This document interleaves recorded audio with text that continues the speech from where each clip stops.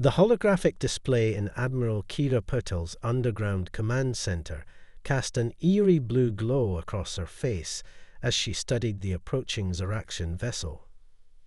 After 15 years of intercepting their transmissions, humanity had expected this day. They just hadn't expected it so soon. Diplomatic vessel Starwaver requesting permission to enter Earth's orbit. The translation matrix converted the alien language into crisp English. We come in peace. Kira allowed herself a small smile. The Zaraxians always came in peace, right before they conquered a world. Grant them access through Corridor 7, she ordered. Maintain Ghost Protocol on all defense systems. The massive alien ship, its hull gleaming with iridescent metals, unknown to Earth's science, glided gracefully through the designated flight path. They couldn't see the thousands of weapon platforms tracking their every move, or the quantum-linked defense grid that humanity had reverse-engineered from stolen Zaraxian specs. As far as they knew, Earth was just another primitive world, barely capable of reaching its own moon. On the bridge of the Starwaver, High Emissary Thorm adjusted his ceremonial robes of office. Prepare the standard subjugation package, he ordered. These humans won't know what hit them. His aide, Lieutenant Nira, stepped forward. Sir, preliminary scans show some anomalies. Their technological progress doesn't follow standard development patterns. Irrelevant, Thorm dismissed her concerns. They haven't even achieved faster-than-light travel. This will be like taking candy from a baby, whatever that is. The Starwaver docked at the newly constructed International Space Station Alpha, a structure deliberately designed to look impressive but technologically primitive. As Thorn and his delegation prepared to disembark, they had no idea they were walking into a trap 15 years in the making. The reception chamber was filled with Earth's supposed leaders, politicians, diplomats, and military officers in their finest uniforms. At their head stood Admiral Patel, her dark eyes watching the aliens' every move. "Welcome to Earth," she said warmly. "We're honored by your presence." Thorn stepped forward, his translator converting his words into perfect English. "Greetings, honored humans. The Galactic Empire extends its hand in friendship and protection." Protection? Kira raised an eyebrow. From what, exactly? "The galaxy is a dangerous place." Thorn began his rehearsed speech. "For a small fee of merely 90% of your world's resources and complete submission to imperial rule, we can ensure your safety." The human leaders maintained their polite smiles, but there was something in their eyes that made Naira uncomfortable. They weren't acting like any primitive species she'd ever seen. "That's a generous offer," Kira replied. "But before we discuss terms, perhaps you'd like to explain the invasion fleet hiding behind your Jupiter's largest moon." The color drained from Thorn's face. I don't know what you mean." Kira tapped her wrist display, and the chamber's walls transformed into a massive holographic display, showing real-time footage of the concealed Zaraxian warships. "We've known about your empire for quite some time, Emissary Thorn. We've been studying you, learning your tactics, your technology, your weaknesses." "Impossible." Thorn sputtered. "You're pre-FTL. You couldn't possibly." "Actually," Kira interrupted, "we achieved FTL travel 5 years ago. We just thought it best to keep that quiet. Along with a few other achievements." As if on cue, hundreds of small, sleek vessels emerged from hidden bases across the solar system, surrounding the Zaraxian invasion fleet. They were unlike anything in the Imperial database, a perfect fusion of human ingenuity and reverse-engineered alien tech. "You see," Kira continued, her smile now predatory, "We intercepted your first scout ship 13 years ago. Very classified mission, wasn't it? The crew chose death over capture, but their ship's database was informative." Nera watched in fascination as the human admiral spoke. There was something compelling about these creatures, something the Empire had clearly underestimated. Her eyes met those of a human commander across the room, James Rodriguez, according to his nameplate. He gave her a slight nod, and for a moment she felt a connection she couldn't explain.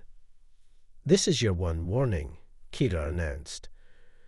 "Remove your invasion fleet, return to your empire, and come back with a real diplomatic proposal.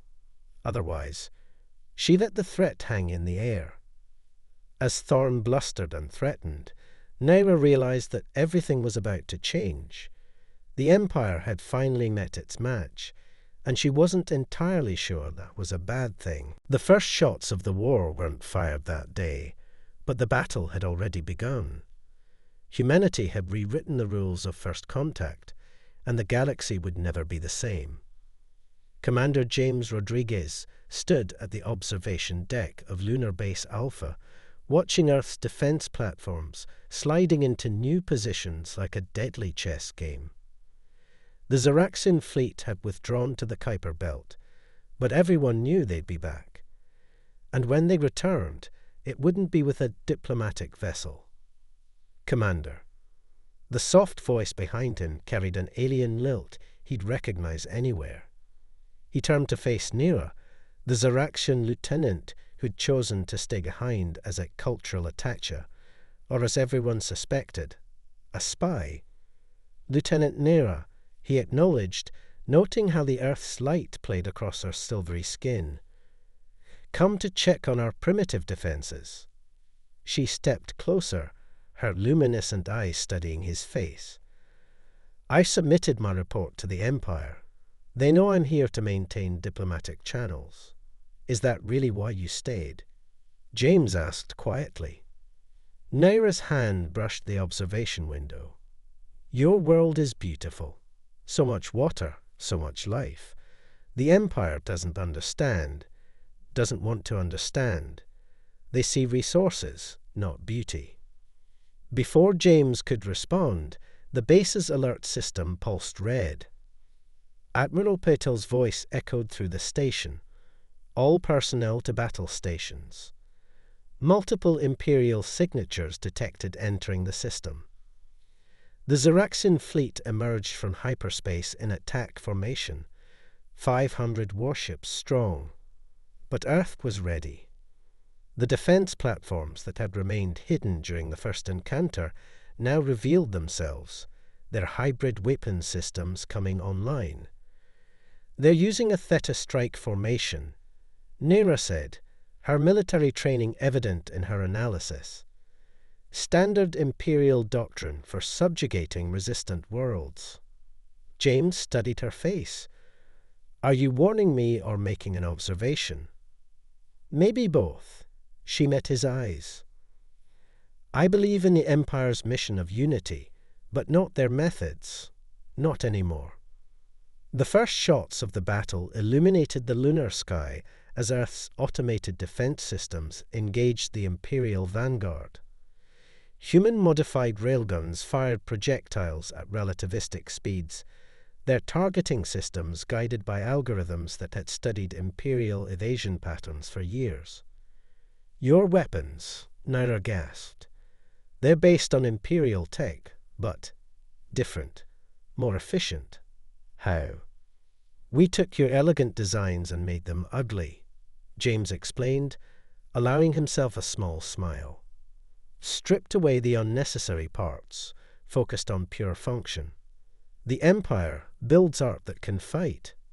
We build weapons that work." The battle unfolded before them like a deadly light show. Imperial ships, caught off guard by Earth's hybrid technology, struggled to adapt their tactics. Their shield harmonics, designed to deflect energy weapons, proved vulnerable to humanity's crude but effective kinetic innovations. Commander Rodriguez to the command center, His comm unit crackled. "Bring our guest." In the command center, Admiral Petal stood before a holographic representation of the battle. "The Empire's going to lose this round," she stated as James and Nira entered. "But they'll be back with a new strategy. We need to know what it might be." Nira stepped forward, her decision made. The Empire has never failed to conquer a pre-FTL civilization. They'll see this as an unacceptable humiliation. High Command will authorize the use of planet-killer weapons. "And you're telling us this why?" Petal asked sharply. "Because I've seen enough to know the Empire is wrong about humanity." Nira's eyes flickered to James. "You're not primitives to be conquered. You're equals to be respected, perhaps even feared." The battle above took a decisive turn as Earth unveiled another surprise. Quantum-entangled missiles that bypassed Imperial shields entirely. The mighty Zoraxian fleet, faced with weapons they couldn't counter and tactics they couldn't predict, began to retreat in disarray. "We should pursue them," one of Petal's advisors urged. "Press our advantage." "No," James spoke up. "Let them go. Let them take word back to the Empire that Earth isn't what they thought. Right, Nira?" The Zoraxian diplomat nodded slowly. "They'll return with everything they have. But now they'll be afraid. And a frightened Empire is more dangerous than a confident one." As the Imperial ships fled into hyperspace, James and Nira stood close enough that their hands almost touched. Two people from different worlds, caught between duty and something neither of them dared name yet. "Your people are remarkable," Nira said softly. "You take our weaknesses and turn them into your strengths. You see problems and create impossible solutions." "Stay," James said impulsively. "Help us understand them. Help us find a way to end this without destroying both our civilizations." Nira's answer was interrupted by new alarms. The Empire's retreat had been a feint. A massive second wave was emerging from hyperspace, led by the largest battleship anyone had ever seen. The real war was about to begin, and with it, impossible choices for everyone involved.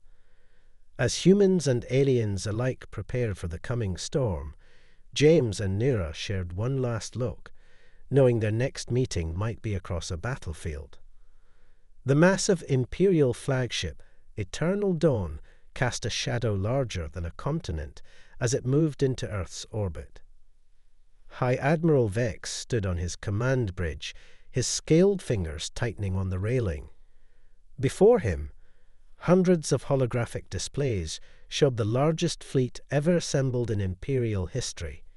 2,000 warships, each carrying enough firepower to level a city.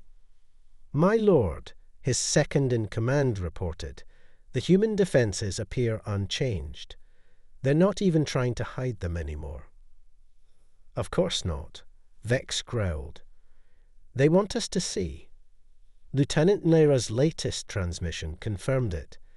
They've been preparing for this war since before they knew we existed. The paranoid primitives actually got it right. Down on Earth, in the heart of humanity's global defense command, Admiral Patel watched the Imperial Armada with James at her side. The underground facility, buried beneath the Himalayas, hummed with activity as personnel prepared for humanity's greatest test. "They brought planet killers," James noted, pointing to the distinctive silhouettes of World Breaker-class vessels. "Just like Nira warned us." "And we're ready for them," Petal replied, her voice steel. "Thanks to her intelligence. Speaking of which..." The door slid open, and Nira entered, now wearing a modified Earth Defense Force uniform. Her decision to formally defect had sent shockwaves through both sides. "The Empire's starting with their standard opening move," she announced. "Vex always begins with a pincer formation, targeting military installations first," Patel finished. "We know. In fact, She pressed a button, and massive holographic screens lit up around them. "We're counting on it." The Imperial fleet split into two massive groups, just as predicted. As they moved to encircle Earth, something unexpected happened. The planet's oceans began to churn. "Now," Patel ordered. Massive structures rose from the depths of every ocean, hidden shipyards that had been manufacturing Earth's true fleet for over a decade. Not the defensive platforms and small ships they'd showed before, but massive carriers and battleships that matched the Empire's largest vessels in size. Impossible. Vex roared as new sensor data flooded his displays. "They're ships. They're using our own designs, but wrong. All wrong." He was right. Earth's ships were ugly hybrids of Imperial technology and human innovation. Where Imperial ships were elegant and standardized, these were brutally practical, each one different from the last, making them impossible to predict or counter efficiently. "That's humanity's greatest strength," Naira explained to James as they watched the fleets engage. "You take what works and discard what doesn't. The Empire builds every ship exactly the same because that's tradition. You build each one to be better than the last." The battle erupted across Earth's orbit. Imperial energy beams lanced out, meeting modified human shields that used quantum field theory in ways the Empire had never considered. Earth's ships responded with weapons that shouldn't have worked. Railguns enhanced with Imperial power cores, missiles guided by hybrid AI that combined alien computing with human intuition. "My lord," Vex's tactical officer reported, panic in his voice, "they're weapons. They're using our own power signatures against us. Somehow they're bypassing our shields by matching frequency harmonics that shouldn't exist." "Because they don't read the rulebook," Nara murmured, watching as another Imperial dreadnought exploded. "They don't care what should or shouldn't work. They just make it work." In the chaos of battle, the world breaker vessels moved into position. "This ends now," Vex snarled. "Initialize planet killer protocols."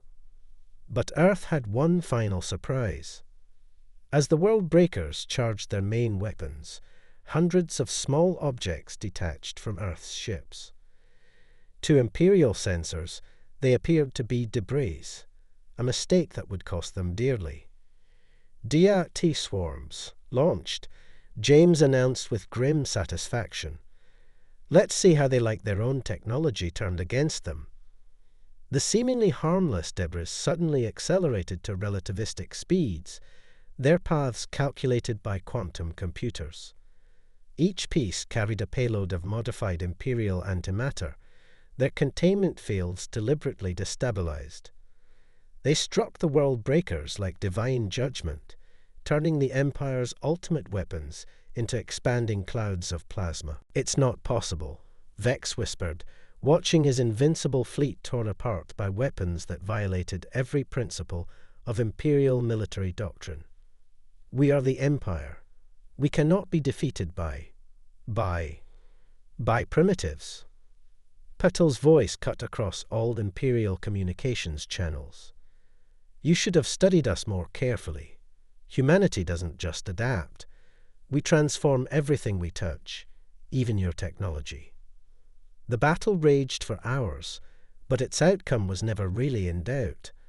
Earth's preparations, combined with their willingness to break every rule of conventional warfare, proved devastating against the rigid Imperial military machine. As the remnants of the Imperial fleet retreated in disorder, James found Naira staring at the tactical displays, tears in her luminescent eyes. "I never thought I'd see the Empire run," she whispered. "Never thought I'd help make it happen."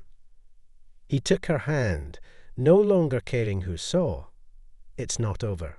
They'll be back." "Yes," she agreed, squeezing his fingers.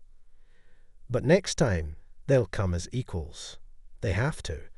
The Empire just learned that the greatest power in the universe isn't technology or tradition. What is it? The ability to change. She turned to face him fully. Humanity's gift for the galaxy. Above them, Earth's hybrid fleet moved into defensive positions, ready for whatever came next. The Empire had started this war expecting an easy conquest. Instead, they'd awakened something unprecedented. A species that didn't just fight back, but transformed the very rules of warfare. And somewhere in the Imperial capital, the first whispers of revolution were beginning to spread. Deep within the Imperial capital world of Zorax Prime, the Grand Council chamber erupted in chaos.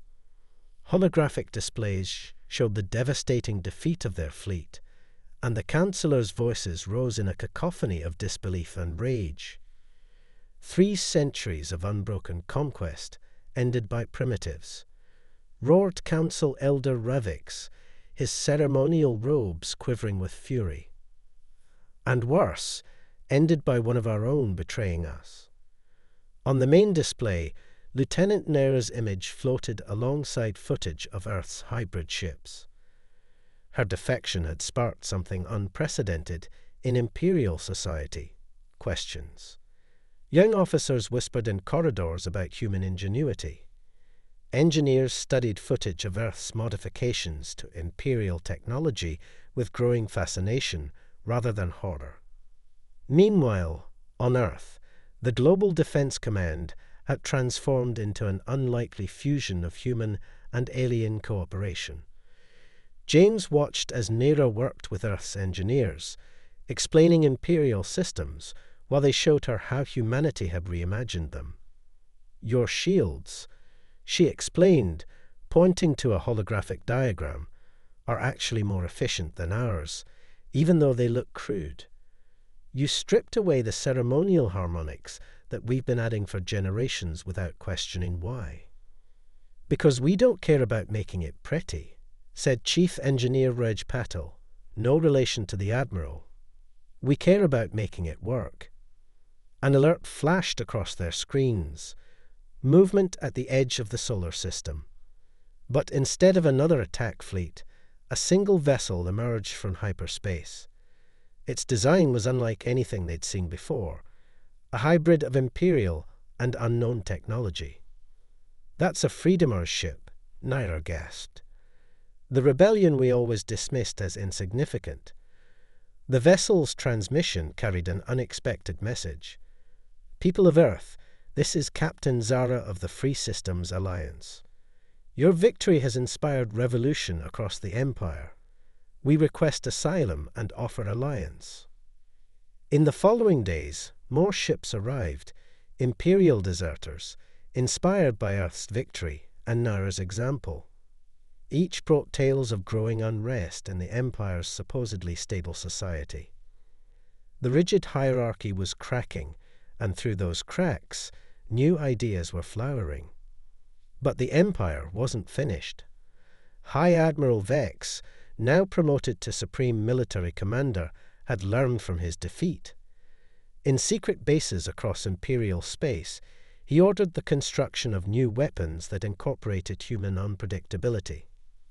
They think they can outthink us. He snarled to his loyal commanders. Let's show them what happens when the Empire stops playing by its own rules. Back on Earth, James and Nera stood in a garden beneath the stars, a rare moment of peace. Your people are changing everything, she said softly. Not just warfare, but the way we think. Imperial children are asking why for the first time in generations. Is that why you really stayed? He asked, turning to face her. To be part of that change. Before she could answer, their communicators buzzed simultaneously. Admiral Patel's voice was urgent. Multiple hyperspace signatures detected. But something's wrong. They're not moving like Imperial ships. They rushed to command, where holographic displays showed the approaching threat. The new Imperial ships moved erratically, their designs a twisted attempt to copy Earth's innovative approach. They're trying to adapt. Naylor breathed, horror in her voice. but without understanding the principles behind it. Those ships are abominations, dangerous to their own crews. She was right. The Imperial attempt to embrace chaos without understanding it had created weapons that were as much a threat to their users as their targets. Vex had built a fleet that sacrificed Imperial precision for devastating but unpredictable power. "This is what happens when an empire tries to change overnight," James muttered. "They're desperate." Admiral Petel's voice cut through the tension. "Launch the Prometheus Protocol. Across Earth's solar system, a new type of defense grid activated. Not weapons, but communication arrays, broadcasting on all frequencies." As the Imperial fleet approached, their crews received unprecedented messages, not threats or demands, but information. Technical specifications, engineering principles, scientific theories. "What are you doing?" Naira asked, amazed. "Showing them why our changes work," James explained. "Not just how, but why. Knowledge freely given, not hoarded or hidden." The effect on the Imperial fleet was immediate and stunning. Ships began dropping out of formation as their crews, many already sympathetic to the growing revolution, received proof that there was another way, a better way. Vex's voice boomed across all channels. Ignore their propaganda. Forward for the Empire's glory. But it was too late. The revolution that had been simmering across Imperial space finally boiled over. Ship after ship broke formation, their crews choosing freedom over blind obedience. As the Emperor's personal flagship appeared in orbit, flanked by loyalist forces, Earth faced its greatest test. Not a battle of weapons now, but of ideas.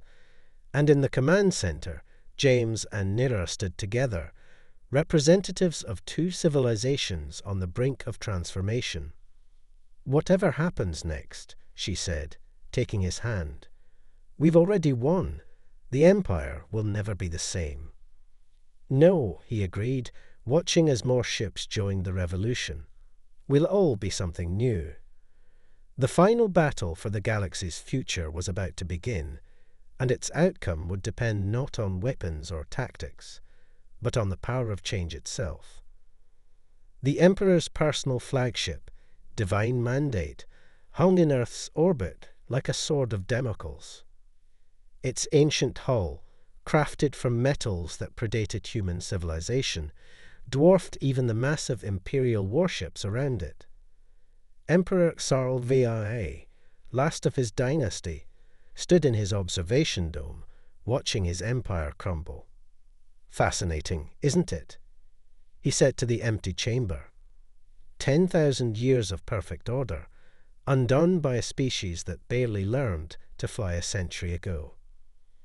Below Earth's combined fleet, human ships, rebel Imperial vessels, and revolutionary hybrids formed a defensive line around the planet.